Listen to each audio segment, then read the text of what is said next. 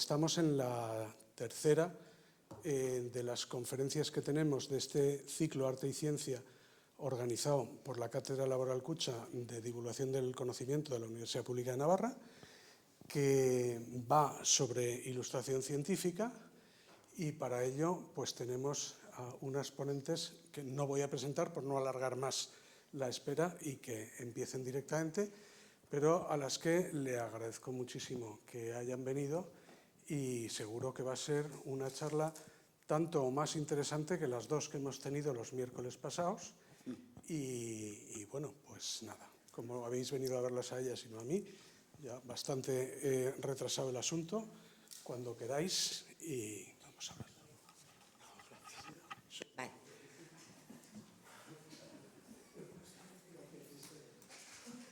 Bueno, están puestos ya, sí, ¿no?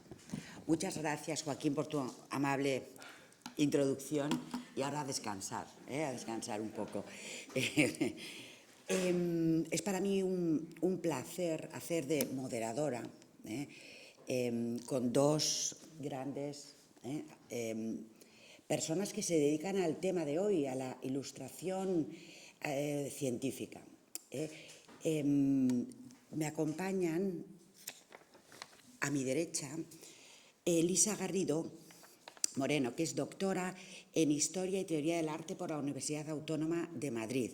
Es licenciada en Historia del Arte y en Comunicación Audiovisual, y su interés se centra en la cultura visual a través de la historia de la ciencia, en las prácticas visuales contemporáneas y vínculos entre ciencia y arte. Ha obtenido distintas becas que le han hecho viajar y tener estancias en el extranjero, alguna de ellas que me ha llamado la atención en el Museo Smithsonian de Washington, también en Oxford, con un proyecto postdoctoral. Una carrera profesional realmente interesante. Actualmente es docente y responsable de comunicación y promoción del grado en Historia del Arte en la Universidad Autónoma de Madrid. Y tiene distintas líneas de investigación, participa activamente en proyectos de investigación relacionados y tiene publicaciones, pero no voy a extender porque pueden acceder a su biografía en su perfil de Ciencia con Arte. Gracias por estar aquí. Entonces, si te parece, te presentaré a Vega, a la siguiente, cuando haya hecho su exposición. Primero hablará Elisa, después hablará Vega y al final lo más interesante, ¿no? El debate y un poquito de experiencia entre todos.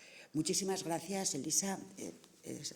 Las charlas más o menos las hemos pensado en 20 minutos y luego haremos discusión. Nos ponemos en la esquinita.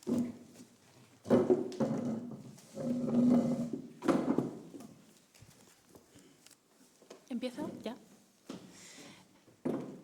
Bueno, muchas gracias, María José, muchas gracias, Vega, por compartir este debate. Muchas gracias también a Joaquín por la invitación.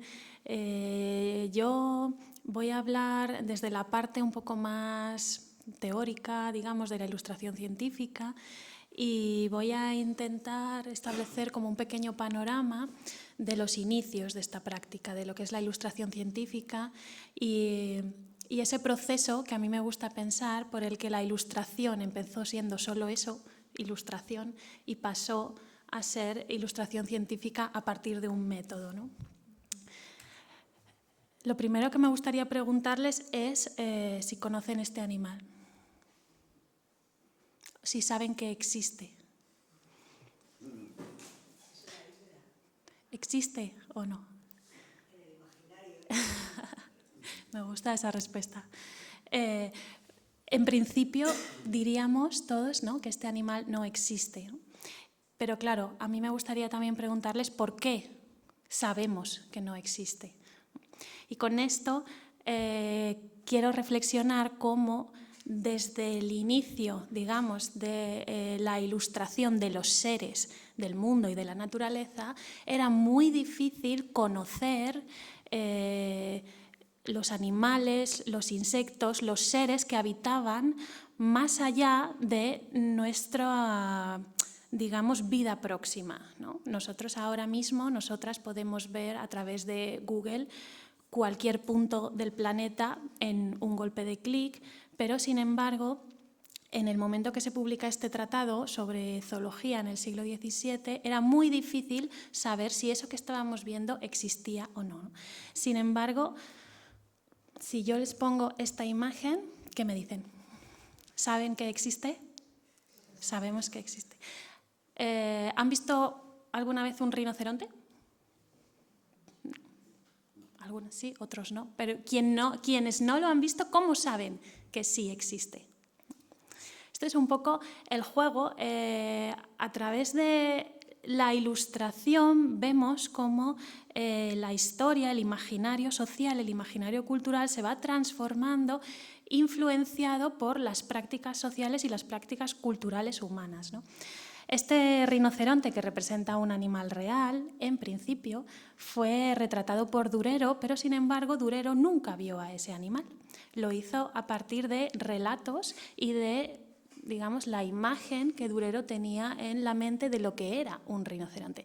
De hecho, es una imagen que no se corresponde con la realidad. Si se fijan, tiene como una especie de placas casi metálicas. Algunos teóricos dicen que se inspiró en uno de los grandes animales del imaginario tradicional, que era el dragón, ¿no? Tiene como escamas y luego, si se fijan, tiene un pequeño cuerno, ya no el cuerno de la nariz, sino otro cuerno que le sale del cuello, que lo ven ahí arriba, justo donde pone rinoceros, que nos recuerda a un animal mítico que es el unicornio, exacto. De hecho, el unicornio y el rinoceronte durante mucho tiempo van a ser animales relacionados entre sí y el propio unicornio, que era un animal que se sabía, y digo se sabía porque en su momento era una evidencia que los unicornios existían, porque no había forma de comprobar que no existían, ¿no? La idea de unicornio significa simplemente un solo cuerno. Y, de hecho, el rinoceronte y el unicornio van a estar durante mucho tiempo tan relacionados entre sí que incluso hemos heredado a día de hoy esa idea asociativa. Si ustedes consultan en la RAE ahora mismo, la RAE entiende que unicornio puede ser definido como rinoceronte, ¿no? Bueno, la ilustración científica va transitando, de hecho, desde unos vínculos entre la ciencia, la magia, la fantasía, según va evolucionando, ¿no? Lo que estaba claro todavía en este momento es que era muy difícil ver más allá, como he dicho, de nuestra vida próxima.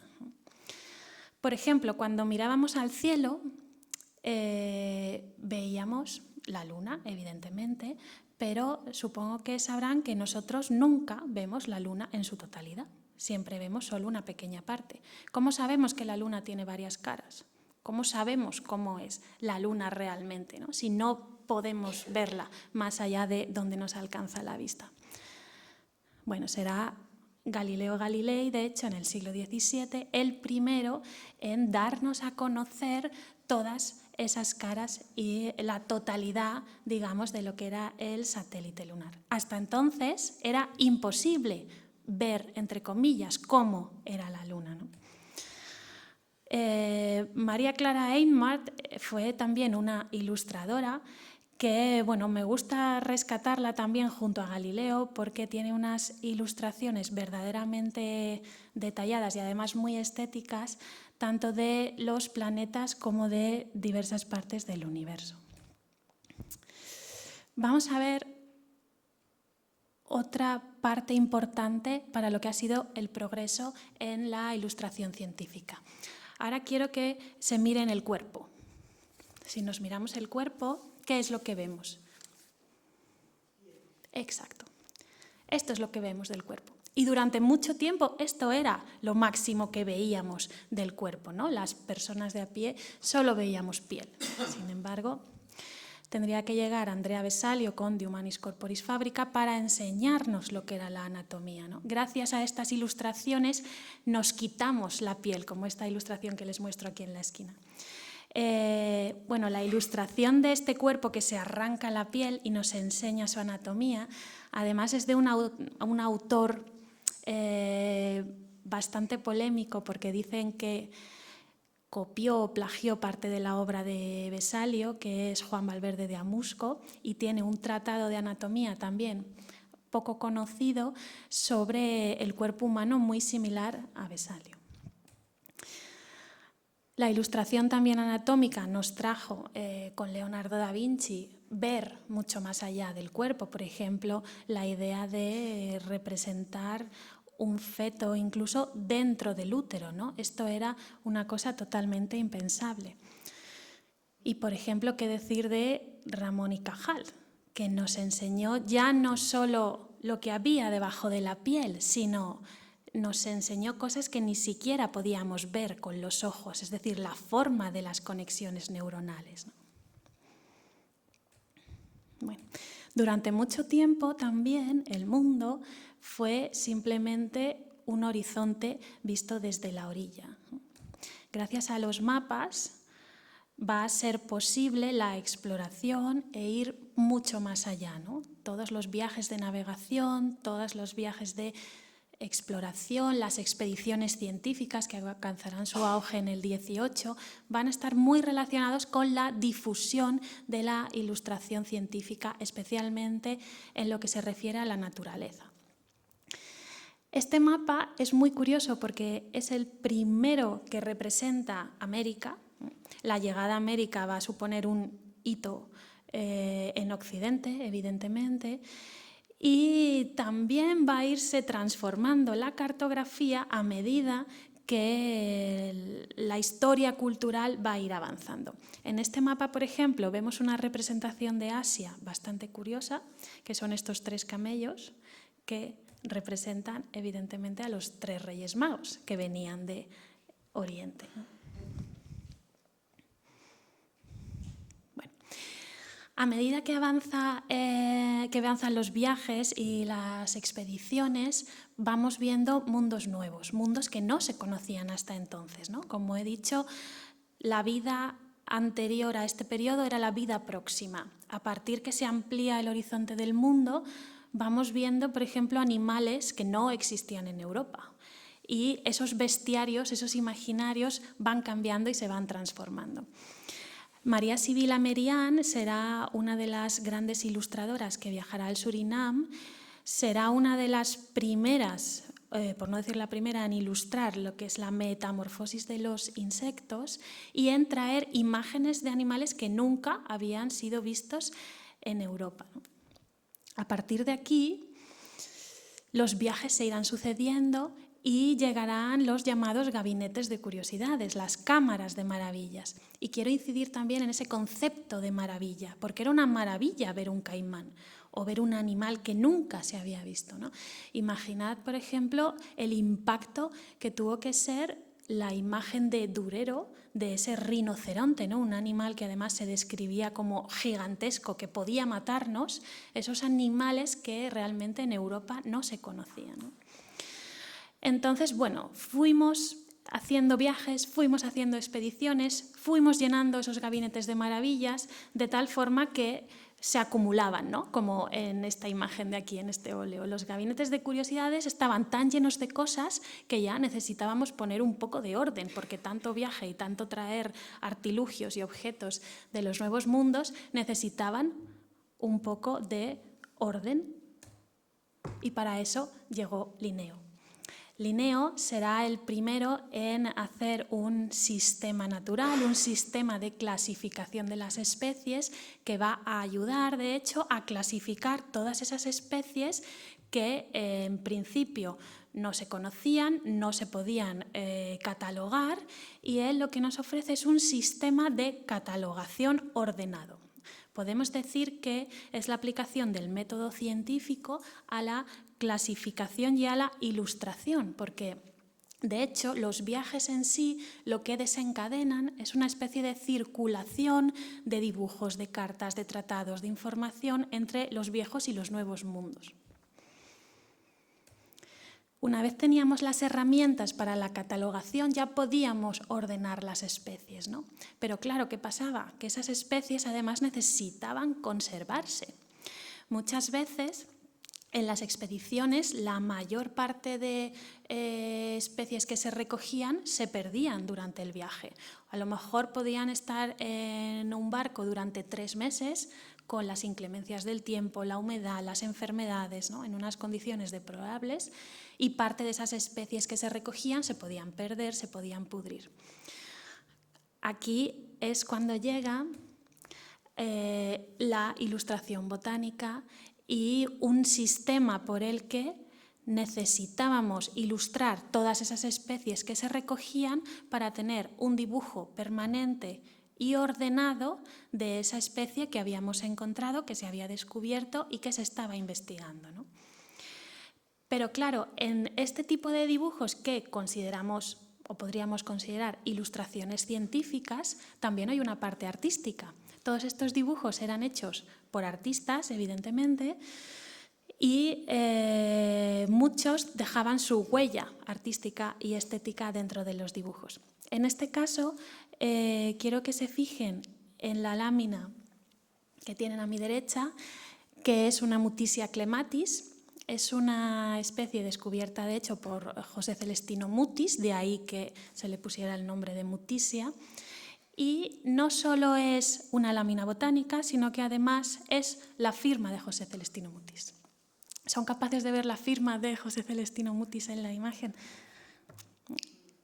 Al elaborar la lámina, de hecho, se le añade una J, una C y una M, ¿no? Que son las siglas precisamente de José Celestino Mutis. La ilustración botánica, además, abrió, sobre todo para las mujeres, un horizonte nuevo. Esto tiene mucho que ver con la historia de las mujeres en ciencia, ¿no? Todas sabemos que fue muy difícil ese camino por el que las mujeres científicas empezaron a formar parte de los espacios públicos de la ciencia y se habían dedicado durante mucho tiempo a las llamadas ciencias auxiliares, ¿no? Esto pasa también en el arte. En el arte eran dedicadas a las artes menores. En el caso de la ilustración, muchas mujeres, viendo que tenían dificultades para acceder a los espacios públicos de la ciencia, a los estudios de botánica, trabajaron ilustrando flores. De hecho, la pintura de flores como arte femenino va a estar muy vinculada a la propia idea, al propio desarrollo de la ilustración botánica hecha por mujeres ilustradoras. Bueno, otro de los grandes descubrimientos y que dio muchos temas, digamos, a la ilustración fue el descubrimiento de las alturas, el montañismo, la llegada a la cima, ¿no? Todo esto ya se hacía desde periodos anteriores, pero en el siglo XIX alcanzará un apogeo. El montañismo estará muy vinculado también, por ejemplo, al romanticismo. Y aquí se añade un componente más, que además es muy bonito, el componente del sentimiento de la naturaleza. Representar las alturas ya no solo significaba representar un volcán, una montaña, sino que además el hecho de subir a la cima, el hecho de la experiencia, llevará asociada a las ciencias naturales un nuevo sentimiento de que la naturaleza puede provocar emociones. Y en esto será un pionero, sobre todo Alexander von Humboldt, al que yo he dedicado gran parte de mi carrera, y que promoverá que la naturaleza es mucho más allá que ilustración científica, ¿no? Que es además un lugar de recreo, un lugar de reflexión, un lugar de inspiración y que la naturaleza puede inspirar emociones. Bueno, y una de las grandes artes que llegará también para revolucionar la ilustración científica será la fotografía. Gracias a la fotografía podemos captar el instante a medida que evoluciona, ¿no? Porque las primeras fotografías van a requerir mucho tiempo de exposición, algo que se va perfeccionando, hasta la posibilidad de captar, como digo, instantes concretos. Esto es importante porque son instantes que escapan a la mirada del ser humano. Esta imagen es imposible de ver si no lo hacemos a través de una fotografía que congele esta imagen, ¿no? Y de hecho, con la fotografía, con el instante, nacerá también una de las grandes artes que nos ha traído grandes avances también para la divulgación, como es el cine, ¿no? La cinematografía. Que de hecho es muy curioso también que los inicios del cine estén vinculados a la observación anatómica de un animal como era el caballo. Esto de hecho fue una prueba real que hizo Edward Muybridge, analizando cómo eran los movimientos de un caballo a través de la fotografía, y se dio cuenta que poniéndolo en sucesión de fotogramas podía recrear el movimiento. Luego la fotografía nos traerá grandes avances, como por ejemplo la astrofotografía, por supuesto también las radiografías, que incluso en arte, por ejemplo, se utilizan para, en restauración, analizar las obras de arte en su interior. Y bueno, quiero acabar con una de las grandes fotografías que hemos visto hace poco, ¿no? Que es la imagen de ese agujero negro que hubiéramos sido incapaces de ver, de visibilizar, a no ser que hubiese sido por esta fotografía, y que además, curiosamente, ha adquirido el MoMA, que es un museo de arte, ¿no? Y aquí tenemos precisamente esa reflexión entre la ciencia y el arte a través de la ilustración científica. Por último, queda decir que si la ilustración científica desde sus inicios ha servido para algo, es precisamente para hacer visible lo invisible. Y con esto termino. Muchas gracias.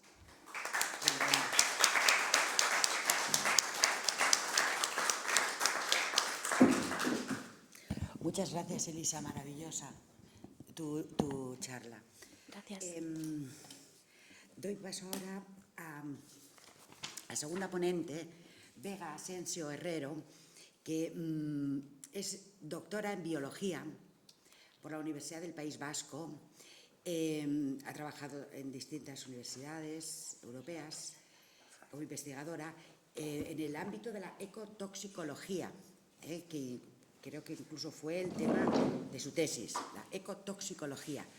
Pero después de terminar la tesis, aquí tenemos a una bióloga perdida, pero una ilustradora ganada, movida por la necesidad de mejorar la comunicación y la divulgación científica, deja la biología y se dedica a la ilustración.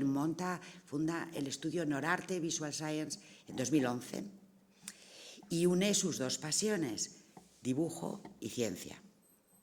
Ahora me doy cuenta que esto es lo que yo quise hacer, pero frustrado totalmente, porque tú has abandonado, pero yo me he quedado, luego lo cuento. Trabaja principalmente ya como ilustradora para profesionales de la investigación, crea material gráfico, ilustraciones, infografías. Necesitamos los investigadores muchas ilustraciones, por tanto, animaciones, maquetaciones, etcétera, desde esta empresa, Norarte Visual Science. Y además imparte cursos constantes para visualizar este tema del diseño gráfico a profesionales en ciencia, etcétera. Y hay una cosa muy importante que yo creo que esto ya magnifica el tema de la ilustración. Existe la carrera de Historia del Arte, por supuesto, pero Vega ha sido la coordinadora del primer máster de ilustración científica. Y esto es muy interesante. O sea, que ya se considere como una actividad docente reglada, no solamente a nivel grado, ¿verdad?, sino a nivel máster. Entonces, crea el máster de ilustración científica a nivel nacional de la UPV. Creo que va por... ¿Qué edición? Estamos en la cuarta, por la quinta. Pues fíjate, 5 ediciones. Fíjate, y colabora con instituciones que organizan talleres de ilustración para difundir la ciencia. Y plantea ya en su biografía uno de sus grandes retos, que es llevar la ilustración científica a colegios e institutos. Así que estamos deseando escucharte.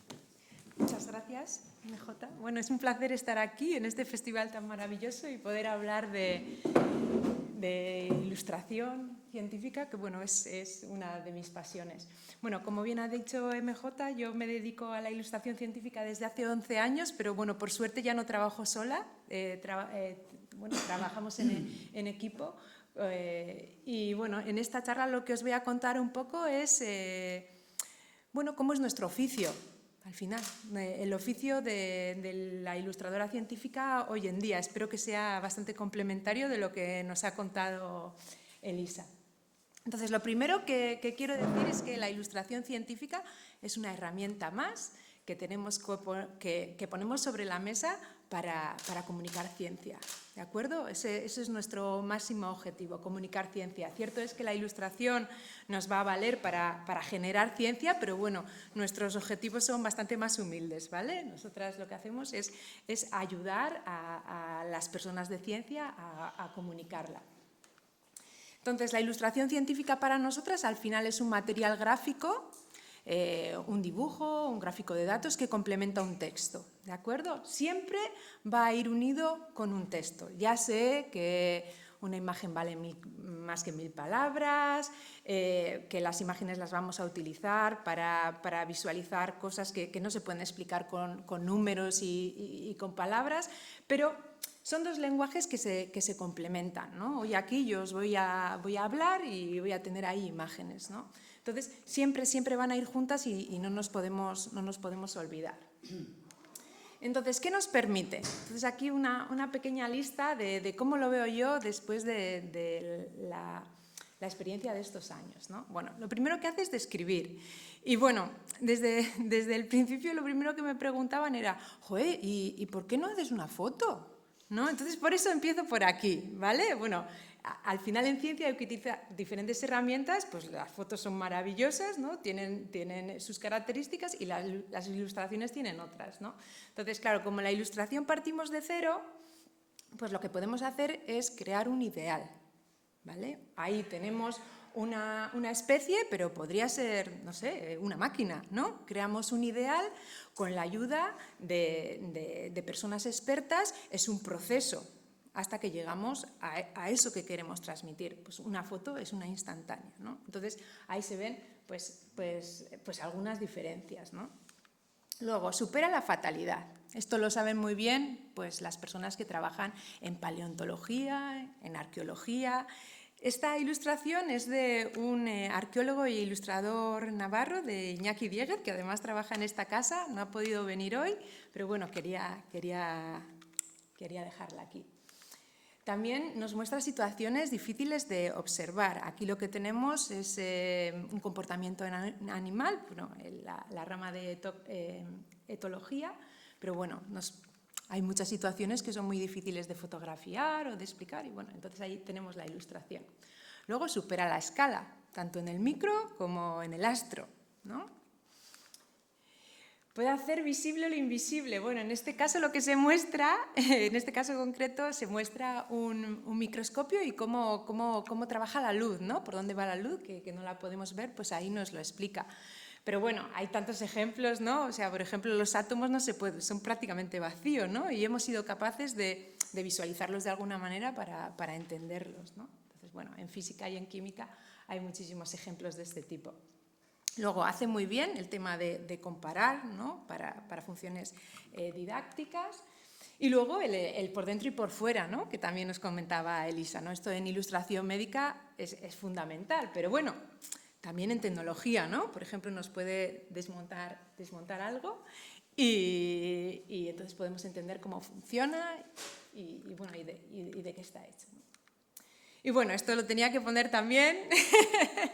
Bueno, la ilustración científica, bueno, yo soy una apasionada de los diagramas y bueno, pues traigo este diagrama aquí también porque está hecho junto con Nacho, también otro de la casa que ya lo conocéis. Entonces, pues bueno, los diagramas nos sirven para simplificar, para ordenar, bueno, son maravillosos. Y por último, aunque no es tan frecuente, a mí me gusta hacer un poco aquí de hincapié que las visualizaciones de datos también se pueden ilustrar y nos puede ayudar más a la gente, más en temas de divulgación, ¿no? A la gente que no somos muy experta, ¿no? A qué nos están contando esos datos. Entonces, dicho todo esto, es como qué puede hacer la ilustración por nosotros, pero bueno, vamos a ir un poquito más allá, ¿no? Y qué funciones tiene en nuestra audiencia que va a ser muy variopinta, ¿no? Gente experta, gente no experta. Bueno, está claro que va a explicar ciencia, ¿no? Entonces va a generar un conocimiento, va a comunicarlo, bueno, eso está claro, pero bueno, vamos a ir un poquito más allá. Bueno, lo primero que quiero poner es esto. Esta es una imagen, una infografía de Fernando Batista. Él es de Bilbao, licenciado en Bellas Artes, trabaja desde hace mucho tiempo en la prestigiosa revista de National Geographic. Y bueno, este ejemplo para decir que la ilustración, como otras imágenes, como fueron las fotos o los vídeos, nos atrae. ¿Por qué? Porque somos animales visuales, las entendemos súper bien y entonces nos atraen. Bueno, pues si te atrae algo, pues tenemos una posibilidad, ¿no? para cumplir nuestros objetivos, ¿no? de comunicar. Y bueno, y puede, luego no me voy a meter, ¿no? Pero también, como decía Elisa, o sea, la ilustración puede transmitir sentimientos, ¿no? Luego, mejora la comunicación. Está claro que si nos explica cosas que de otra manera no son difíciles de entender, pues está ayudando a la comunicación. Pero bueno, esto va por otro tema, ¿no? Esto va porque muchas veces se nos acercan, bueno, personas que trabajan en el ámbito sanitario y nos dicen, bueno, es que esto es muy duro, ¿no? Entonces yo esto le tengo que explicar a un paciente, pues, bueno, un ejemplo, pues imaginaros que tenéis problemas en la mandíbula y os tienen que poner una pedazo máscara de estas, ¿no? Pues para corregirla. Bueno, pues entonces le quiero explicar a mis pacientes qué es este aparato, cómo va a ir cambiando, tal, entonces necesito algo amable, ¿no? Luego MJ también nos hablará de esto, ¿no? Pero bueno, que la ilustración puede ser amable para adentrarse en esos problemas que tenemos. Y bueno, yo personalmente, pues hace 2 años tuve un problema grave de salud y eché mucho de menos la ilustración científica, ¿no? Y que me lo hubieran explicado de otra manera. Pero bueno, ya llegaremos. Luego ayuda a valorar, ¿no? Elisa ya lo ha comentado, ¿no? La naturaleza, la belleza. Bueno, las personas que hacen ilustración naturalista lo saben muy bien, o sea, tenemos que mostrar la belleza que tenemos para poder valorarla, ¿no? Y esto es un endemismo, pues, de la costa cantábrica, por ejemplo. Porque si podemos llegar ahí, podemos ir un poco más y tal vez podamos ayudar en la gestión, ¿no? Esto es, bueno, el visón europeo que está en riesgo, pero bueno, podrían ser otras cosas, ¿no? Nos ayuda a tomar decisiones, por lo tanto, ¿no? Estos gráficos lo hemos visto todas, estas infografías que se movían del país, que han sido premiadas, ¿no? de cómo nos vamos a contaminar de tal o cual manera. Y es que, claro, cuando vemos algo, es igual verdaderamente cuando lo entendemos. Los ingleses, para decir que han entendido, dicen, ¡ay, sí! Nosotros no tenemos ese, ¿no? Pero, ¡ay, sí! ¿no? Bueno, sí, igual decimos, lo veo, ¿no? Para decir, lo entiendo. Bueno, y luego una cosa que, bueno, pues por el camino también nos hemos ido dando cuenta, al final, pues la ilustración, la ciencia, pues es cultura y vivimos en la cultura que vivimos. Me tocó un poco analizar cómo habían sido las representaciones de la evolución humana durante estos últimos siglos y claro, pues nos encontrábamos que debido a esas ilustraciones, cuando preguntábamos a los chavales cuando preguntaban, ¿no? Estudios de cuando preguntaban a los chavales en el colegio que a ver qué había en la prehistoria, solo había hombres cazando, ¿no? Entonces, eso es un problema, ¿no? Nos han estado minando con ciertas ilustraciones, pues bueno. Entonces nosotras, bueno, esto es un trabajo de Eduardo Saiz de una exposición que se llama Evolución en clave de género, donde lo podéis ver, pues la colaboración, ¿no? Entre diferentes sexos, diferentes edades, ¿no? Para llegar a lo que podemos ser hoy en día, ¿no? Pero bueno, nosotras también, pues desde el estudio, siempre que tenemos que trabajar con figura humana, sea lo que sea, ¿no? Pues intentamos pues, ser diversas, ¿no? Esto, por ejemplo, es la ilustración de entrada de una exposición sobre la ría de Bilbao. Entonces ahí pues hemos intentado poner pues familias diferentes, pues personas diferentes haciendo cosas diferentes, ¿no? Entonces, bueno, que siempre la ilustración y pues la ciencia tiene que intentar, pues bueno, ser lo más equilibrado posible. Es muy difícil, ¿no? Pero bueno, en ello estamos. Y bueno, no quería pasar sin poneros esta ilustración, que es de Maggi Astigarraga Vergara. Ella es alumna ha sido alumna del máster y bueno, la semana pasada le dieron el premio de Ciencia Job Down, que se trataba, o sea, el tema era lo invisible, y bueno, ella decidió pues ilustrar a estas 3 mujeres de ciencia que investigaron sobre lo invisible, ¿no? La primera astrónoma, las composiciones de las estrellas, la segunda era geóloga, sobre el núcleo de la Tierra, y Rosalind Franklin, que igual es más famosa. Me las he apuntado aquí, porque son Cecilia Payne-Gaposchkin, Inge Lehmann y Rosalind Franklin, que es más conocida, ¿no? Entonces, para todo eso nos puede valer la ilustración científica. Entonces, ahora voy a venir con otras cuantas ilustraciones para contaros un poco más nuestro día a día, ¿no? y lo que hacemos. Bueno, pues en la ilustración pues hay diferentes soportes. Cuando digo soportes, pues es un libro, un artículo, una pantalla, ¿no? Y entonces, pues como la ciencia está en todos, pues la ilustración pues se amolda a estar en todos, ¿no? Ya sea una tarjeta de felicitación o lo que sea, ¿no? Hay 1000 soportes, ¿no? Y además a mí cada vez me sorprenden más. Y luego hay que tener muy en cuenta la audiencia, ¿no? Ya sea esa audiencia que es experta o una audiencia no experta. Y es cuando diferenciamos en divulgación y en comunicación, ¿no? Entonces aquí, bueno, primero por empezar, y también pues otro ejemplo navarro, ¿no? Ahí está Fermín, ¿no? Este es un trabajo que hicimos para él, esta ilustración de una cámara de uvas, cómo funciona ese prototipo, y bueno, pues ahí tenéis el artículo, ¿no? Esto sería pues comunicación pura y dura, y bueno, pues aquí trabajamos bastante. También trabajamos con investigadores e investigadoras para hacer propuestas de investigación. Ya sabéis pues, que necesitan pues, pedir fondos, entonces pues, explicarlo lo mejor posible, pues ahí también van figuras, ¿no? Pósteres, ¿no? Pósteres científicos. Normalmente lo hacen ellas o ellos, pero bueno, a veces también es algo que nosotras hacemos, ¿no? Y además le dieron un premio en el congreso al que fue.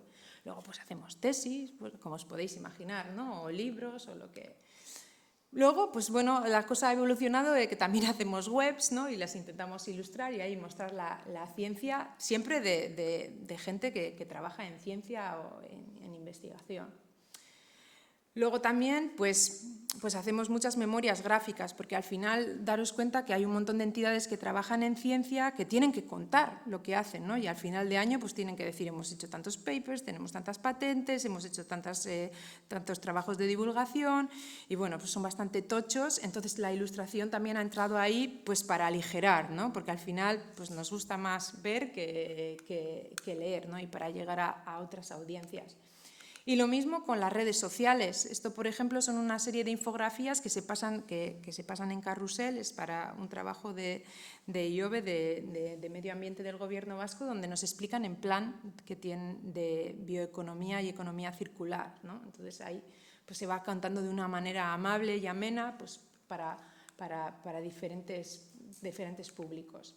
Y luego pues, también hemos entrado en el tema de animar, ¿no? de animar pues, artículos, pensando pues, en divulgación o en ilustración. O sea, en medicina se lleva bastante esto de las farmacéuticas pues, para explicar ciertos fármacos a quien le interese, ¿no? Y luego, pues bueno, cosas igual, entre comillas, un poco más normales, ¿no? Pues ilustraciones en museos, ¿no? Ahí estamos con Rosa, la directora del Museo Laboratorium de Vergara, pues la tabla periódica. Y bueno, os he traído también un boceto, ¿no? Porque tantos acabados, ¿no? Bueno, hay que decir que empezamos con lápiz, ¿eh? Esto es un boceto un poquito más avanzado, pero bueno, es un panel informativo, pues de estos de que nos podemos encontrar en los parques naturales, y vamos a hablar del trabajo que ha hecho un ayuntamiento pequeñito en Vizcaya, en unos bosques, para preservar ¿cómo se dice? El patrimonio natural y bueno, las acciones que están haciendo contra el cambio climático, ¿no? Y luego señalizaciones. Esto es un trabajo del máster de ilustración científica de una de las alumnas del año pasado y bueno, pues esto lo habéis visto mucho en los arboretos, ¿no? Eso es algo que se hace bastante de ilustración botánica. Y luego, bueno, esto es lo que últimamente nos sorprende mucho, ¿no? Que son estas fantásticas exposiciones urbanas, ¿no? Esto es la ciencia del surf en Donosti, bueno, esa de ahí es mi cuñada, y bueno, pues es algo que parece que está funcionando muy bien, ¿no? Aunque bueno, aquí hay otras personas que nos lo pueden contar, ¿no? Porque hay, esto lo igual habéis tenido la suerte de verlo, ¿no? Se ha acabado hace poquito, yo justo he venido, no... Y bueno, de Ciencia en la Calle, donde pues, bueno, el Museo de Ciencias Naturales de la Universidad de Navarra, bueno, ahí tenéis a Nacho, pues ellos son los que han puesto todo esto en marcha, ¿no? Y bueno, para los que os estéis preguntando el tema de formación, ¿no? Bueno, yo no me he formado en, pues eso, soy bióloga, me he formado como he podido y bueno, tengo que agradecer pues, a la gente que desde el minuto cero pues, quiso hacer dibujos conmigo sin tener mucha idea, ¿no? Y hemos aprendido ahí en ese viaje, ¿no? de la profesionalización. Pero bueno, hay que decir que cada vez hay más talleres que nos acercan la ilustración científica. Normalmente son talleres de ilustración naturalista. Pues aquí, por ejemplo, pues, poneros el Museo Laboratorio, que lleva pues, años ofreciendo este tipo de talleres, tanto para adultos como para niños. Pero bueno, aquí, pues, por ejemplo, sé que en el Museo de Arqueología de Irún, que está bastante cerca, pues Iñaki Dieguez ha llegado a dar clases de ilustración en arqueología.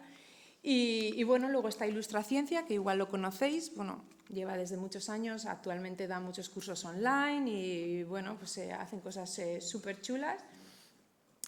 Y bueno, luego está lo que comentaba MJ, ¿no? Que es pues hemos tenido la suerte de poner en marcha el máster de Ilustración Científica, que bueno, que va muy bien. Lo que intentamos es divulgar qué es este oficio, ¿no? Porque no todo el mundo lo conoce y bueno, yo creo que gracias al máster pues posiblemente esté hoy aquí. Y bueno, deciros que trabajamos con muchas entidades que se dedican a la ciencia pues, y lo que intentamos es, mediante los trabajos de los alumnos, pues decirles lo que la ilustración científica puede hacer, ¿no? Aparte de dar charlas, etc. Y bueno, pues aquí algunas de nuestras alumnas y decir que, bueno, estamos encantados porque están haciendo un trabajo fantástico después de formarse con nosotros, están ganando premios, bueno, y bueno, pues ahí tengo que sacar pecho. Y luego, bueno, pues terminar diciendo que para mí pues todavía hay mucho recorrido, más que nada porque tenemos muchísimos problemas y la ciencia va a estar ahí para intentar resolverlos, entonces la ilustración científica pues estará como un servicio más, ¿no? A su disposición para poner su granito de arena en la comunicación. Y eso era lo que yo os quería contar. Gracias.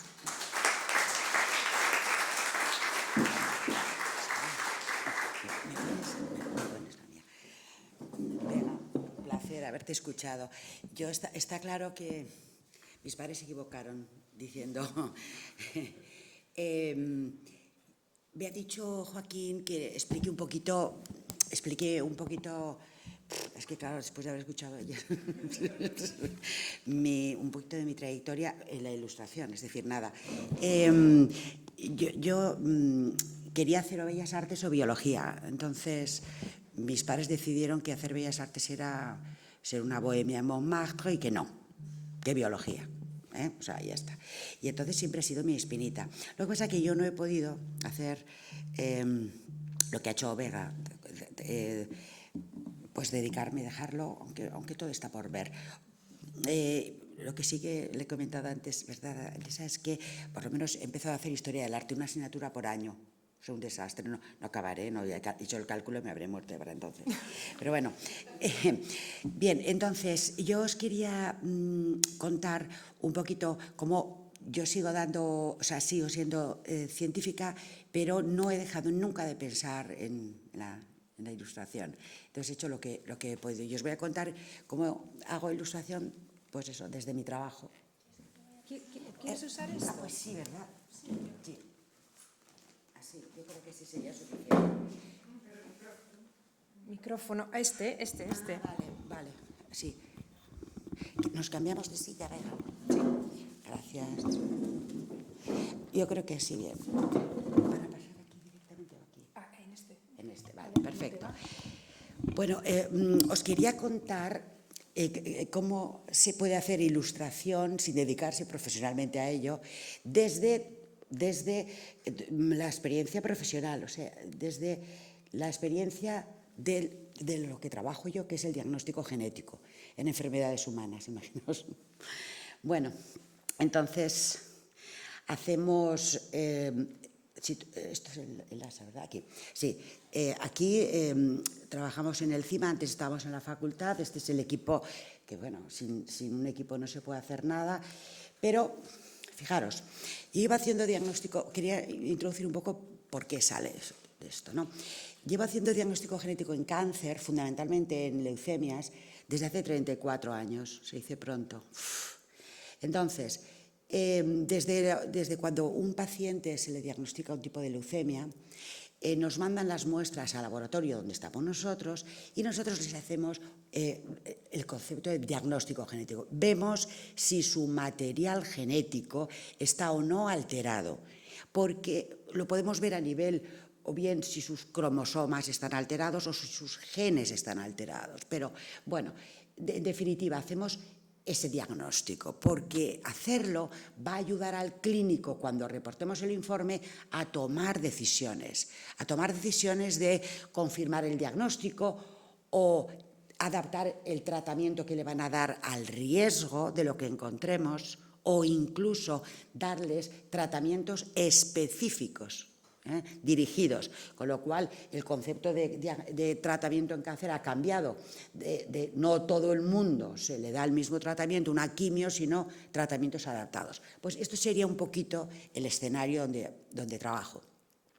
Hacemos del orden de 10.000 muestras al año, recibimos de muchos hospitales y fijaros, ya estáis todos invitados. Estamos haciendo esta semana la muestra 97.000. Cuando lleguemos a las 100.000 vamos a hacer un fiestón. O sea, un fiestón. Estáis invitados, por supuesto. Bien, si queréis dar un dato, pues aquí lo tenéis.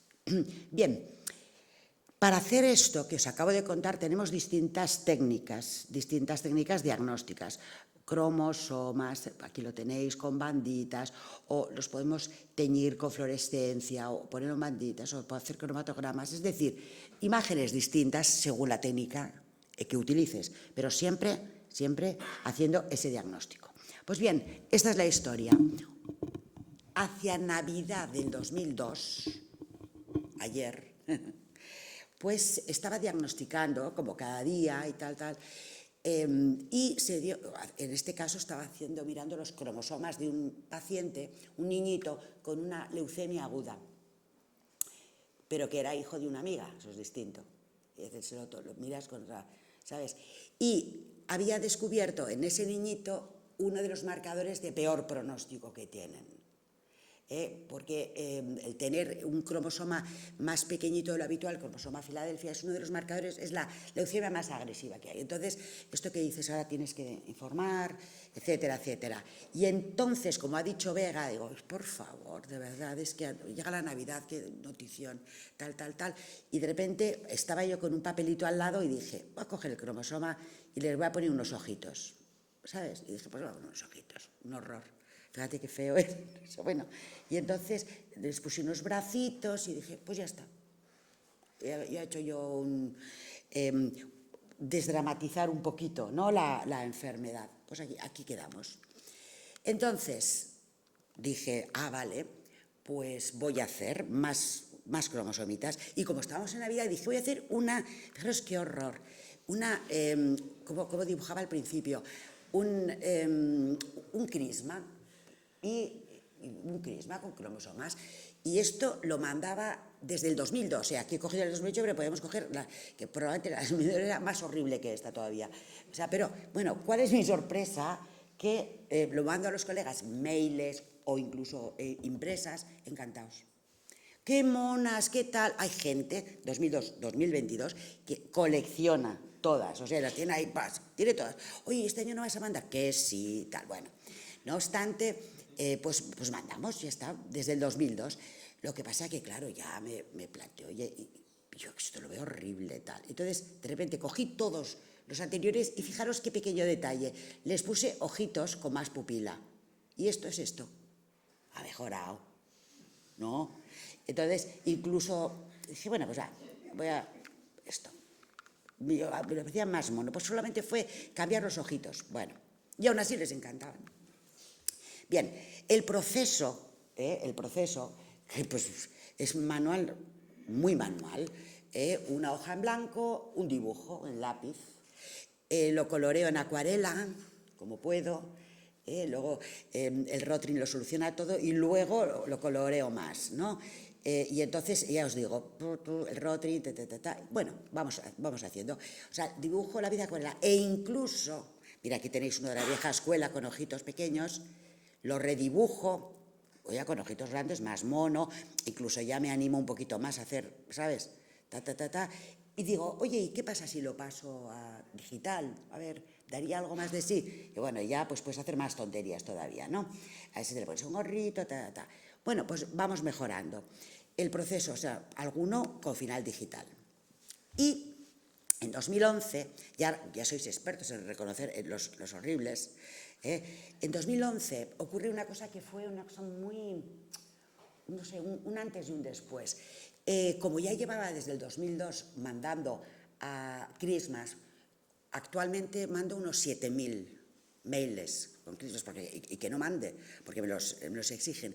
Y luego tengo otros, unos 200 que mando en papel, son la élite, como ellos se llaman. Los que mando en papel son la élite. Bueno, en 2011 me escriben de un hospital de Chicago de cáncer infantil.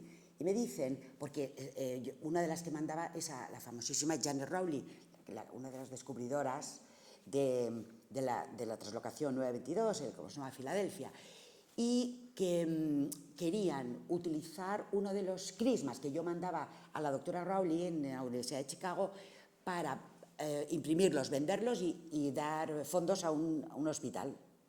Y dije, uy, fíjate qué idea tan buena. Y dije, pues sí, por supuesto. Pero dije, pues yo también quiero eso. Yo también quiero hacer algo así, ¿no? Bueno, aquí lo tenéis revisitado, como siempre.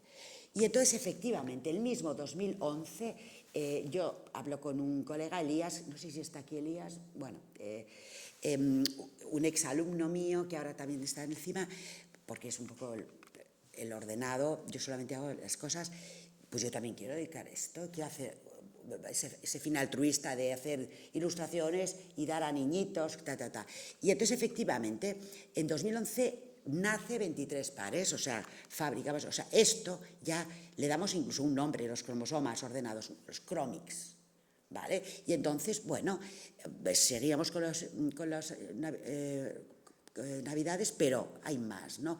Entonces, lo damos de alta a la empresa sobre todo para ordenar, porque incluso para donaciones hay que hacer líos administrativos. Bueno, y entonces nace 23 pares, aquí la podéis visitar y veis todo lo que hay, y efectivamente desde 23 pares hasta hoy, pues aquí por ejemplo estamos hicimos una donación de los cromosomitas con gorritos, con cuadernos a la Fundación Ronald McDonald, que es donde están los niños hospitalizados, o aquí cedimos el dibujo a la Asociación Domena de Trasplante aquí en Navarra, donante, receptor, etcétera, etcétera. Entonces, bueno, ya se creó ahí una vidilla, pero claro, no pude dejar esto, o sea, no pude dejar de mandar los cromosomas. Entonces, cada año, desde entonces, sigo haciendo el cromosoma navideño y que un año fallé y, bueno, la gente me llamaba creyendo que me había pasado algo. Bueno, no, tendría que mandar un mail. Pero no, seguimos mandando. Bueno, seguimos felicitando la Navidad, pero claro, desde que nace 23 pares, hacemos también diseños más genéticos. Pues, por ejemplo, pues lo que os he dicho, los cromosomas, las metafases, o esto es una imagen real de cromosomas teñidos con fluorescencia. Bueno, pues los cromics más monos, ¿no? Yo esto lo uso mucho en clase, por ejemplo, en clases. O incluso, ya entonces os podéis imaginar que cualquiera de estos dibujos se puede pasar a cualquier tipo de superficie y hacer regalos sin parar. Bien, además, y ya fuera de Navidad, son recursos educativos para un congreso de secuenciación genómica, para un congreso de terapia génica, para un congreso de proteómica. Aquí estás fabricando cromosomas, las partes del cromosoma, secuenciación, para los alumnos que se preparan el BIR, el MIR y todo esto para que se animen un poco, etcétera. En una academia donde sufren preparando el BIR, el MIR, aquí estáis, todos juntitos. Bueno, son cositas. Y luego, cada vez más, utilizo procesos biológicos. Pues aquí los cromosomas se tienen que secar antes de hacer un cariotipo. La secuenciación del genoma humano, el fenómeno del corta y pega genético. Aquí para todos los amigos que hacen arrays, una técnica muy especial, ¿no? Y luego los telómeros, que están de moda y tal. Bueno, pues en fin, pues son cosas. Y siempre, aparte de hacer regalos y demás, iniciativas. Aquí, por ejemplo, el Instituto Rechen me dijo que preparara algo para los niñitos que son diagnosticados de cáncer, hacer un consentimiento informado muy amable, muy amable. Pues ves, las células tienen cromosomas, hacemos cositas en el laboratorio, te sacamos sangre, se guarda en un biobanco, se anonimiza, es decir, y entonces firman el consentimiento pues más felices, ¿no? Vale.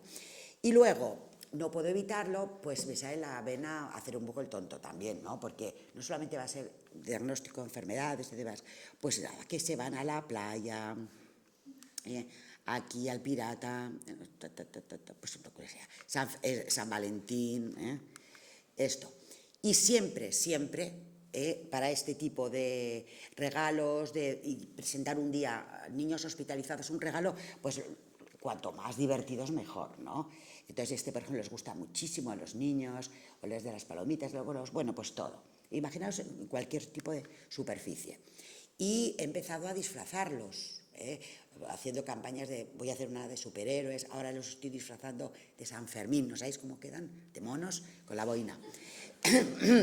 Halloween, etcétera, etcétera. Ahora, por ejemplo, voy a ir a Colombia y me han pedido que haga un cromosoma vestido de colombiano. Bueno, pues ya veremos. Esto creo que no les vale porque esto me parece que es por un poquito, ¿no? Un poquito, pero creo que tengo que hacer otros. Y luego, curiosamente, cuando hay congresos y demás, la gente pide. Esto fue para un colegio de niños que fue divertidísimo, como les gustó. Bueno, y todos los congresos quieren todas las bobadas, porque esto estaba pensado para niños, pero los adultos son más niños que los niños. Y entonces hay colegas que trabajan en laboratorios como el mío en España que me piden tener siempre tacitas para que cada uno que pase por ahí le regalan una, porque les gusta, o sea, pues ya te digo, son como niños. Así que, por ejemplo, celebraciones, despedidas, nuestro 25 aniversario del servicio, o colegas citogenetistas que se retiran, pues me piden que le haga, por ejemplo, esta es una que ha hecho mucho por el diagnóstico integrado, pues venga, catalana, no se nota, ¿no? Aquí, otra de Asturias, bueno, pues despedidas. Y, por supuesto, han estado presentes con la COVID-19. Entonces, de hecho, la crisma de este año ha sido pues con los geles hidroalcohólicos, pero también han favorecido la vacunación, etcétera, etcétera. Y, por supuesto, todo esto da mucho pie, como decía Bea, a que los niñitos, desde el principio, recordemos érase una vez la vida, ¿no? Esto, pues que con talleres de simplemente colorear, pues vayan metiéndose qué es un cromosoma, qué es la genética y demás. Entonces, la verdad es que 23 pares no me hace más que dar alegrías, da mucha felicidad, y nosotros siempre lo agradecemos, pero como ilustradora frustrada, pues lo que hago es que el estar aquí hace que, la cosita esta que haces para tus colegas, pues ya tengo casi la mitad, mira, estás aquí, mira, no me he dado cuenta, sí, y Nacho, pues la mitad de las colegas sean científicos, pero ya empieza a haber cada vez más ilustradores, y esto da mucho juego. Así que dentro de nada estaréis vosotros aquí también. Aquí está de conocidos, pues ya sabéis, ¿no? Nacho, también está Jan, oye, sí, Luis, que vamos a verle ahora, en fin. Bueno, pues eso. Entonces, nada, muchísimas gracias y ahora vamos a abrir un pequeño debate. Gracias por atender.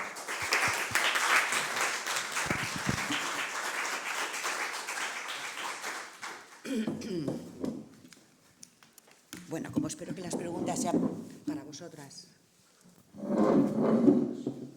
Tenemos un micrófono para las preguntas, como se está grabando, para que se graben también.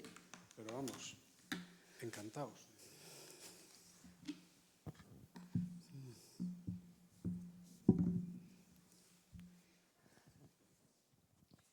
Buenas tardes. Bueno, yo por romper el fuego, simplemente daros una información, ¿no? Que es que en este momento el Museo de Navarra está trabajando en la línea de elevar la ilustración a categoría de arte de museo. Ah, qué guay. Y la próxima exposición que tendremos en esta sala está dedicada a un proyecto de ilustración, un libro que se presentó en torno a la Feria del Libro, que se llama Si el ahora es elegir, lo hacemos en piezas, que es el resultado de un encargo que el Museo de Navarra hizo a 10 ilustradoras a través de una comisaria, Susana Romanos, que tiene una editorial, que como bien habéis dicho, la ilustración está relacionada con el texto. Esto nace con esa doble pata, por una parte una publicación, pero por otra parte el museo encarga y compra esas imágenes, ¿no? Ha comprado esas, también parte de su proceso creativo, porque es interesante, y que se va a mostrar en una exposición después de octubre, ¿no? O sea, a partir de octubre. Entonces, nada, simplemente era un apunte, pues eso. Y también vamos a traer imágenes de Ramón y Cajal. ¡Hala! Este año. Estamos en el año. Este año, estamos en el año Claro. Cajal y también va a haber aquí algunas imágenes de las ilustraciones de Ramón y Cajal, o sea que... Vendremos. Muchas gracias. ¿Tienen alguna pregunta? Ah, seguro que sí. Carlos, seguro. Bueno, esto es una pregunta casi con mala intención, porque siempre que estamos en una conferencia de este tipo, pues todo lo que se cuenta es bueno y estupendo, pero como tenemos a alguien que ha repasado la historia de la ilustración y alguien que ha hecho una revisión sobre la difusión de los roles de género a lo largo de las ilustraciones, es decir, bueno, estáis, no lo dudo, en el lado del bien, pero los ilustradores también trabajan para el mal, porque estoy seguro que las líneas eugenistas del norte de Europa hacían sus folletos y los ilustraban, y otro tipo de gente también, porque es una herramienta que vale para la A y para la B. Mi pregunta sería, más bien desde el punto de vista, ¿hay alguien investigando este tipo de temas? Quiero decir, ¿se está recogiendo pues lo mismo que hay gente que está documentando el cine nazi y este tipo de cosas se están investigando? ¿Te refieres a si se hace investigación sobre ilustración Sí, científica? sobre el uso de las ilustraciones en este tipo de campañas ideológicas. Bueno, yo diría que sí. Bueno, el CSIC, por ejemplo, tiene un departamento de Historia de la Ciencia con una dedicación bastante fuerte al evolucionismo y a la eugenesia, y en parte también tratan sobre la ilustración de estas cuestiones, quizá no centrado específicamente en lo que es la ilustración científica, pero sí que parte de esa investigación se desarrolla con ilustraciones y cómo se crean esos imaginarios y cómo se utilizan, evidentemente, para convencer. Ahora, no sé si encontrarías gente que apoyara esa idea de que eso es ilustración científica. Entonces, ahí se abriría otro debate interesante también, sí. Yo solo tengo, cuando lo que os he contado de aprender más sobre cómo hemos ilustrado la evolución humana, hay un grupo que se llama Past Women, ellas vienen principalmente de la arqueología y han hecho un trabajo brutal. Hay muchos artículos científicos y bueno, pues muchos de los trabajos son ir a un museo y ver cómo se representan esas figuras humanas, cuántas figuras femeninas hay, cuántas masculinas hay, qué está haciendo cada una. Y bueno, la verdad es que los números pues entristecen bastante. Y yo solo conozco esa parte. Yo sí que creo que hace falta más. Bueno, a mí, claro, yo vengo de la investigación también y me he metido a la ilustración científica y digo, joder, si esto es un nichazo también, pues para investigar en la propia ilustración científica. Y bueno, yo, por ejemplo, una de las alumnas nuestras de, creo que la segunda o la tercera promoción, Paula Martín, ella está haciendo una tesis sobre ilustración científica, pero bueno, creo que algo es igual un poquito más típico de las ilustraciones de las expediciones de, bueno, ciertos años.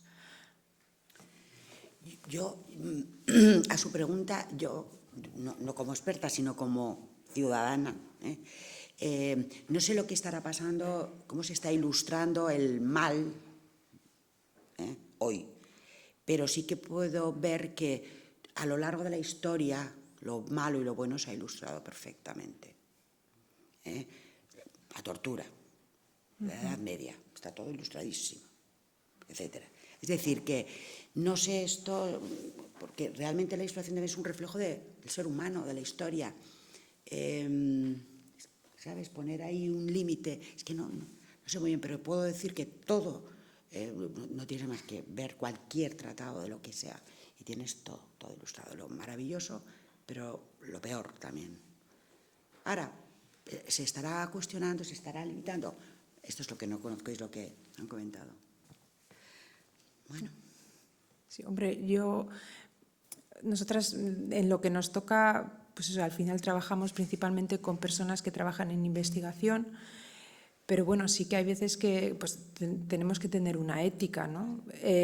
Pero la verdad es que se nos han dado pocas ocasiones de decir, uy, ¿no? Y normalmente están ligadas a temas de género, ¿no? Por ejemplo, me acuerdo una que había que ilustrar un niño y una niña, ¿no? Porque eran temas hormonales, ¿no? Y la niña estaba con coletas y bueno, pues, ¿no? Y el niño estaba de otra manera y decías, perdona, pero esto lo voy a dibujar de otra manera, ¿estás de acuerdo conmigo, verdad? Y bueno, pues no, sin más problema. No, solo un apunte a lo que comentabas, y no es que yo sepa del tema de nada, pero justo era uno de los temas que no nos ha cabido en la charla de la Biblioteca de Navarra. Hace 2 años o 3 hubo en Inglaterra un cierto revuelo porque se descubrió que parte de los dibujos que se usan en anatomía, en algunos libros, algunos tratados actuales en los estudios, son del Atlas de Pernkopf. Creo que era un anatomólogo, un experto que hizo varios tratados usando precisamente pacientes judíos que luego iban a ser muertos, ¿no? La ética, evidentemente, de esas ilustraciones está fuera de toda duda, no existe.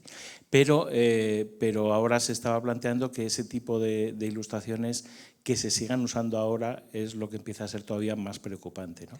Yo lo uso para haceros una pregunta, ¿no?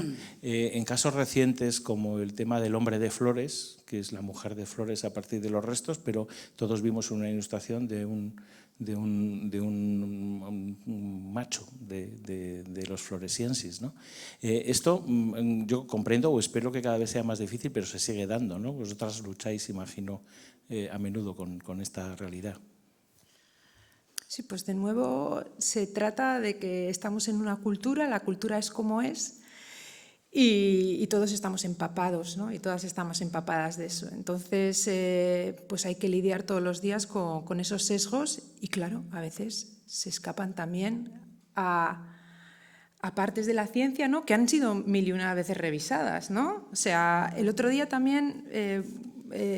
pues en una ilustración, bueno, igual esto era un ejercicio también del posgrado y yo no estaba ahí cerca, ¿no? Pero sí que hubo un comentario pues sobre unos, no me acuerdo, personas prehistóricas, ¿no? Y estaban dibujadas pues con una tez muy blanca, ¿no? Y alguien dijo, oye, pues es que igual tendría que tener, ¿no? piel oscura, ¿no? Y dices, joder, ¿cómo ha podido pasar, ¿no? ¿Cómo ha podido pasar esto en el máster, ¿no? ¿Cómo se nos ha escapado también esto, ¿no? Bueno, pues hay que estar con 1000 antenas, ¿no? Y yo quiero pensar que a veces es que no, está bien dicho, o sea, como un descuido de cómo de empapados estamos, ¿no? Igual tendría que haber una persona específica que revise ciertas cosas, ¿no? Y que ese sea su trabajo, ¿no? Para que esté por encima de nosotros y de nosotras y diga, ¿no? Personas que miren que lo que hagamos sea ético, ¿no? A mí me gustaría puntualizar también una cosa, que tendríamos que diferenciar un poco lo que es la ilustración de lo que es la cultura visual. Porque, claro, ilustrador es gente que ilustra, ha habido siempre. Otra cosa es la cultura visual que nosotras hemos heredado, ¿no? Yo en un proyecto que empecé con un postdoc en Oxford, precisamente revisaba el papel que habían tenido las mujeres ilustradoras botánicas, que he comentado brevemente en la charla. Y, por ejemplo, lo que me he encontrado es que hay muchísimas ilustradoras botánicas que vienen de otros mundos, como es la pintura de flores, que además era considerada un arte menor dentro de lo que es la historia del arte, y luego ilustran botánica, ¿no? Y de hecho esas mujeres se convierten en botánicas, aunque no son reconocidas en el espacio público, incluso muchas viven de ello, es decir, se hacen independientes económicamente trabajando como ilustradoras botánicas.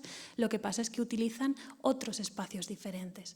Entonces yo creo que también cuando revisamos la historia de la ciencia en general y la cultura visual, el esfuerzo que tenemos que hacer es escapar de esos espacios tradicionales, ¿no? Buscar también esas otras vías de comunicación, no solo investigar a los grandes genios, sino, aparte del César, hay un soldado que se quedó en el barro, ¿no? Pues estos que estuvimos en el barro quizá también podemos aportar algo. Yo creo que esa es la revisión un poco que tenemos que hacer desde la perspectiva histórica y revisionista. Yo quería romper un poco la dinámica esta de historia. Es decir, tú estás formando a gente que puede dedicarse a esto, ¿no? Y tú estás trabajando en ello. ¿Reconoces que la profesión de ilustrador científico es una profesión que cada vez está más reconocida y está bien pagada? Bueno, es una profesión de freelances, ¿no? De personal autónomo. Entonces, empezando por ahí, pues bueno, lo de si está bien o mal pagada, pues bueno, al final es complicado, ¿no? Y al final tampoco hay unos tarifarios ni nada. Entonces, bueno, cada uno hace, ¿no? lo que bien puede. Lo que sí está cada vez más reconocida, hombre, pues, o sea, yo hace 11 años es impensable que estaría aquí dando una charla de ilustración científica. O sea, es que es impensable. O sea, yo cuando terminé la tesis, bueno, no terminé la tesis y yo soy una investigadora frustrada, me hubiera encantado continuar, pero bueno, pues ya sabéis, la precariedad en la ciencia, fui madre y entonces pues empecé esta aventura. Y yo volví a la facultad y decía, bueno, me dedico a la ilustración científica. Y me decían, ¿y qué es eso? ¿No? En la Facultad de Ciencia y Tecnología. O sea, la verdad es que estaba frustradísima, ¿no? Entonces, bueno, pues ahora, joder, me invitan a sitios a hablar de ello, ¿no? Entonces, desde mi punto de vista, pues ahí vamos, ¿no? En estos 11 años, pues están haciendo cosas, pues hay cada vez más talleres, pues los másteres que hay pues están divulgando la profesión, Ilustraciencia ha hecho un trabajo espectacular. Entonces, ahí vamos, ¿no? Poquito a poco. Claro, yo estoy como metida en el epicentro, ¿no? de esa evolución y yo veo pasos adelante. Es que yo también percibo que cada vez se está respetando más, pero hay que potenciar ese respeto. Es decir, que una persona encarga trabajos a unos ilustradores y eso no se puede tirar. ¿Entiendes? Ni precios, ni prestigio y tal, sino hacerse respetar. Entonces yo creo que os tenéis que, ¿sabes? Si te viene un investigador y dices, no, es que quiero esta imagen para este artículo, dice, pero te voy a dar 20 euros, te dice, pues te lo haces tú. Ya, eso... ¿Me entiendes lo que te digo? Hay que al final, eso. al final está ligado también un poco con que, seguro que Elisa tiene cosas que aportar aquí, que no sé, o sea, el dibujar no es algo muy general, o sea, que lo haga mucha gente. Entonces, pues yo os he enseñado artículos acabados, ¿no? O productos acabados. Bueno, solo había un boceto, ¿no? Entonces, claro, ese proceso de llegar a ese final, pues es un trabajo de investigación, de colaboración. Bueno, pues hace falta muchas horas, ¿no? Entonces, claro, pues eso es difícil de apreciar. Pero tiene que apreciarse. Y de hecho los científicos en los proyectos tenemos que poner en las partidas, viajes, tal, también una partida.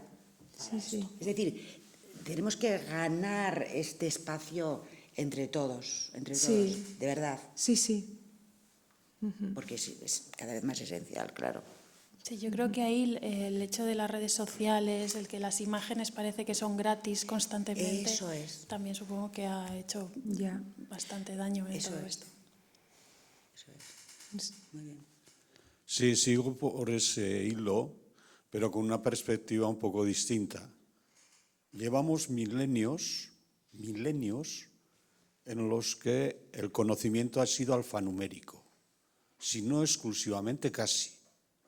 No es de extrañar, por tanto, que todo lo que se escape de letras y números sea cuando menos auxiliar. Yo me he quedado muy contento con la exposición porque veo que el protagonismo de ese elemento es importante, pero no es de extrañar eso. Otra cuestión.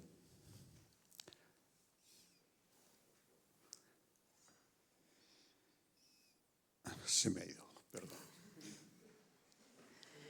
Sí, yo uniendo con eso, no sé si puedo hacer una pregunta a Elisa, ¿no? Sí. Porque yo llegué, pues eso, hace varios años a la ilustración científica y llegaba porque lo que yo había vivido en investigación era que pues no había calidad en las imágenes, o sea, no eran rigurosas, no funcionaban bien, ¿no? Al final.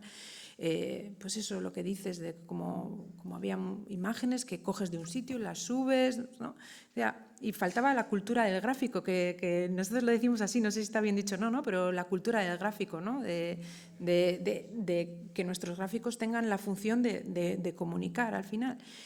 ¿Y cómo ha sido esto, no? Porque antes, o sea, nos has mostrado ejemplos de investigadores, de investigadoras que utilizaban la ilustración. Ya sé que igual son unas personas, pues bueno, ¿no? Como muy ideales, ¿no? No sé cómo sería la investigación, pues siglos pasados, ¿no? Pero da la sensación de que eran capaces de dibujar, no sé, de escribir, eran gente muy polifacética. Y luego, ¿cómo hemos entrado, ¿no? Entre que la investigación, cuando yo he estado en investigación, pues bueno, solo hacemos investigación, utilizamos fotos, no utilizamos para nada ilustraciones. ¿Cómo ha sido esa? Ha habido como una decadencia, ¿no? En este uso de imágenes. ¿Tú qué opinas ahí? Claro, yo creo que evidentemente pues desde el humanismo renacentista, ¿no? Esto del artista, científico, inventor, escritor, hemos ido pasando cada vez más hacia una especialización, ¿no? Después de, claro, con la revolución científica, la llegada del romanticismo, digamos, y la llegada ya del academicismo, a partir de las academias, las líneas, digamos, de conocimiento se van especificando, se van cerrando y cada vez nos especializamos tan concretamente en una cosa que perdemos otras, ¿no? Antes comentábamos también lo importante que es leer. Parece que si alguien estudia ciencias no es una persona cultivada en literatura, o al revés, parece que no, yo soy de letras, entonces no puedo entender lo que es un agujero negro. Bueno, también tenemos, ¿no?, una cultura científica, bueno, en fin. Y yo creo que esto, vamos, estoy de acuerdo contigo, esa especialización nos está cerrando y nos está limitando muchísimo en diversas cosas. Bueno, Ya tenemos 5 minutos, pero me gustaría acabar, gracias, con una pregunta breve a las dos, ¿no? Si estuviera en vuestra mano, ¿cómo describiríais brevemente alguna acción para fomentar el diálogo arte-ciencia en perspectiva? Yo es que quería justo traer esa cuestión también, que es, esto era de arte y ciencia y parece que la ilustración, tal como se ha narrado todo el rato, pues era un subproducto de la ciencia y más con una finalidad puramente instrumental, y salvo uno que debía tener el ego muy subidito y firma, pero, que no me acuerdo del nombre, pero vamos, igual era un tipo estupendo, que no sé eso, pero que hay, o sea, no es tanto que se firme o no se firme, sino si no hay nadie que reclame para la ilustración un Artista. eso, Claro. que sea un elemento artístico. Claro, claro. No, precisamente el apunte que he hecho al principio iba un poco en esa línea, ¿no? Que en estos momentos los museos están empezando y es muy complicado a considerar la ilustración como un arte mayor. Entonces, quienes hacen ilustración científica, no me he atrevido a decirlo, pero quienes hacen ilustración científica pueden acabar haciendo historia del arte, porque eso es un poco... Pero vamos, me encantaría oír vuestras respuestas, ¿eh? Bueno, a mí es que me habéis pillado. Yo soy bióloga y, y utilizo las herramientas que se utilizan también en arte para hacer ilustraciones. Entonces a mí la palabra arte es que me queda tan grande, ¿no? Me queda tan grande que no saldrá de mi boca decir que lo que nosotras hacemos en el estudio es arte. O sea, lo siento, no, pero puedo entender, ¿no? que el arte puede ser cualquier cosa bueno, cualquier cosa, perdona, si he dicho, ha sonado muy... ¿no? Y que alguien puede acabar diciendo, pues sí, esto es arte y por Dios, pues no diré yo que obras que hoy en día ya se consideran arte, ¿no? De Fernando Batista cerca, pero bueno, de Leonardo da Vinci o bueno, las que vais a traer al museo, ¿no? Pero bueno, yo, desde mi humilde opinión, todavía me queda muy grande la palabra arte. No sé, Elisa. Sí, vale, gracias. Eso voy a hacer otro apunte ahí, porque pienso hoy en día, si me lo preguntas, que fue un error poner ese nombre, porque fue como un juego de palabras de norte-arte, cuando yo no sabía verdaderamente qué era lo que hacía, ¿no? Y en realidad en euskera, norarte significa hasta dónde. Entonces yo decía, ¿a dónde voy a llegar con esta locura? Queda gracioso.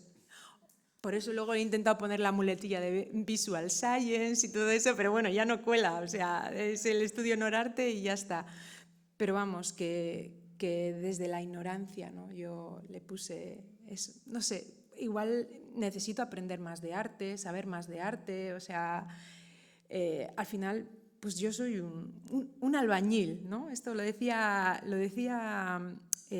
Mauricio Antón, que es, bueno, una de las personas más reconocidas en paleoarte. Decía, nosotros somos albañiles de la imagen, ¿no? Y yo con eso empatizo totalmente. ¿Qué es lo que hay que dibujar? ¿Qué es lo que tienes tú en la cabeza? Venga, vamos a ponerlo en el papel, ¿no? Yo lo vivo así. Pero eso es arte. Vale, eso es arte. Yo es que blanco no estoy para nada de acuerdo contigo. Yo, de hecho, precisamente lo que quería transmitir es que las imágenes de por sí son un producto y que producen conocimiento, ¿no? Y que, de hecho, es impresionante que ahora mismo todas podamos tener en la cabeza cómo es el coronavirus. Y somos capaces de representarlo, ¿no? Porque lo hemos visto tanto que ya forma parte de nuestra cultura visual, ¿no? Y esas imágenes no deben... Yo discrepo en lo de que siempre deben acompañar a un texto, es decir, las infografías, las imágenes de por sí han generado conocimiento, ¿no? De hecho, sin las imágenes, por ejemplo, de la luna de Galileo, nunca hubiéramos sabido cómo es.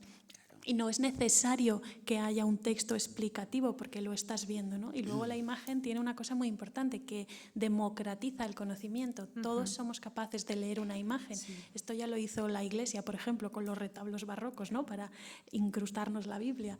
Y eso es así también con el conocimiento y se puede utilizar desde mi punto de vista. Totalmente.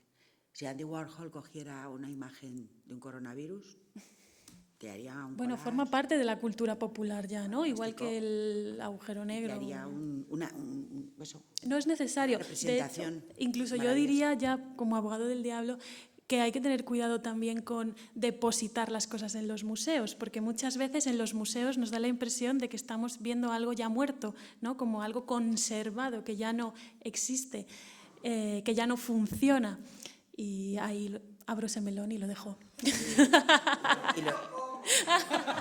Y los archivos NFT. Los NFT. Bueno, muchísimas gracias. La verdad es que quedarían muchísimas cosas pendientes. Yo en los archivos digitales, esto es una locura que me interesa mucho, pero muchísimas gracias. Muchísimas gracias por su atención. Es tarde y ha sido un placer estar con ustedes. Gracias, Vega. Gracias, Elisa. Y gracias a ti. Gracias.